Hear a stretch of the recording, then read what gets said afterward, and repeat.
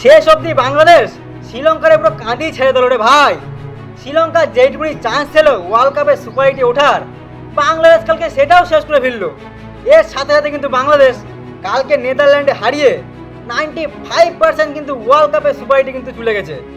বাংলাদেশের সাপোর্টারদের বলতেছি, আজকে কিন্তু ভিডিওতে তোমাদের জন্য এক গাদা খুশি খবর রয়েছে, তাই ভিডিওটা কিন্তু অবশ্যই শেষ পর্যন্ত দেখবা।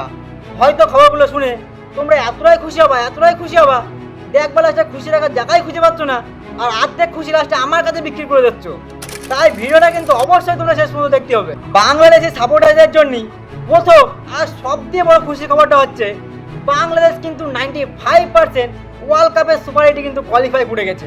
হয়তো তোমাদের বিশ্বাস হচ্ছে না, কিন্তু আমি তোমাদের এক্ষুনি ভিডিওর মধ্যে কিন্তু প্রমাণ করে দেখিয়ে দেবো যে বাংলাদেশ 95% ওয়ার্ল্ড কাপের সুপার এইটে কোয়ালিফাই করে গেছে।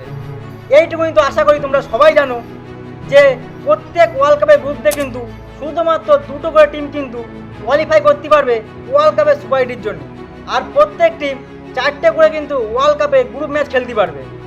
এবার বাংলাদেশ যে গ্রুপে রয়েছে সেই গ্রুপে খুলে যদি আমরা নজর দিই তাহলে কিন্তু সব পুরো ক্লিয়ার হয়ে যাবে।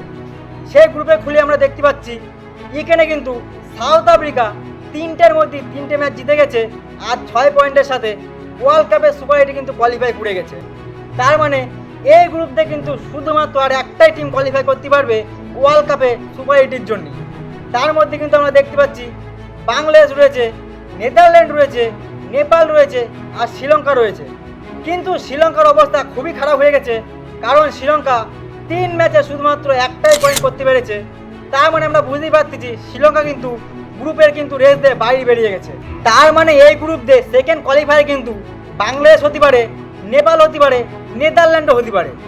এবার চলো তোমাদের বলে দিই কেন বললাম বাংলাদেশ প্রায় 95% ওয়ার্ল্ড কাপে সেমিফাইনালে কোয়ালিফাই করে গেছে। এবার যদি আমরা ভালো করে পয়েন্ট টেবিলে খোলে নজর দিই তাহলে কিন্তু দেখতে পাবো বাংলাদেশ 3টে ম্যাচ খেলেছে, 2টো ম্যাচ জিতেছে, আর যার জন্যই বাংলাদেশের কাছে রয়েছে 4 পয়েন্ট। তার মানে বাংলাদেশের কিন্তু আরও একটা ম্যাচ বাকি রয়েছে, আর সেটা হচ্ছে নেপালের সাথে। যদি বাংলাদেশ নেপালের সাথে সেই ম্যাচটা জিতে যায় তাহলে কিন্তু বাংলাদেশের 6 পয়েন্ট হয়েই যাবে, আর 6 পয়েন্ট হয়ে গেলে কিন্তু বাংলাদেশ ওয়ার্ল্ড কাপে সুপার এইটে কোয়ালিফাই করে যাবে।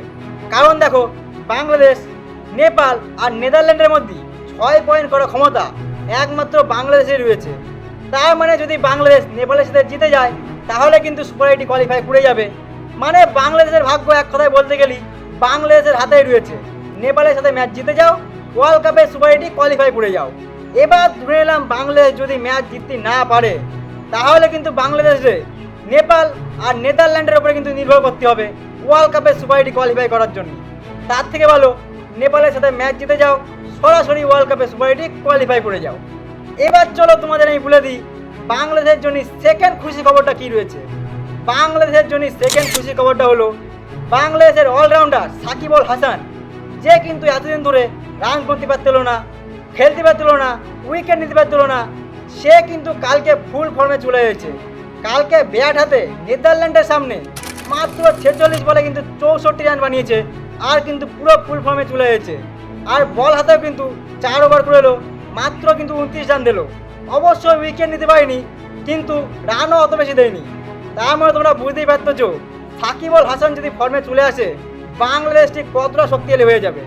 এবার তোমরা বলো এই খবরগুলো শুনে তোমরা কতটা খুশি হয়েছো? যদি খুশি হয়ে থাকো আমার চ্যানেলটা সাবস্ক্রাইব করে নেবা, আর যদি ভিডিওটা ফেসবুক পেজ থেকে দেখে থাকো পেজটাকে ফলো করে নেবা। তার আগে ভিডিওটাকে গাছ ছাড়ি শেয়ার করে দেবা যাতে সবার কাছে চলে যায়। তো চলো আজকে ভিডিওটা ঠিক এতটাই, দেখা হচ্ছে কালকে একটা নতুন আর ইন্টারেস্টিং ভিডিওর সাথে। ততক্ষণের জন্য টাটা, বাই বাই।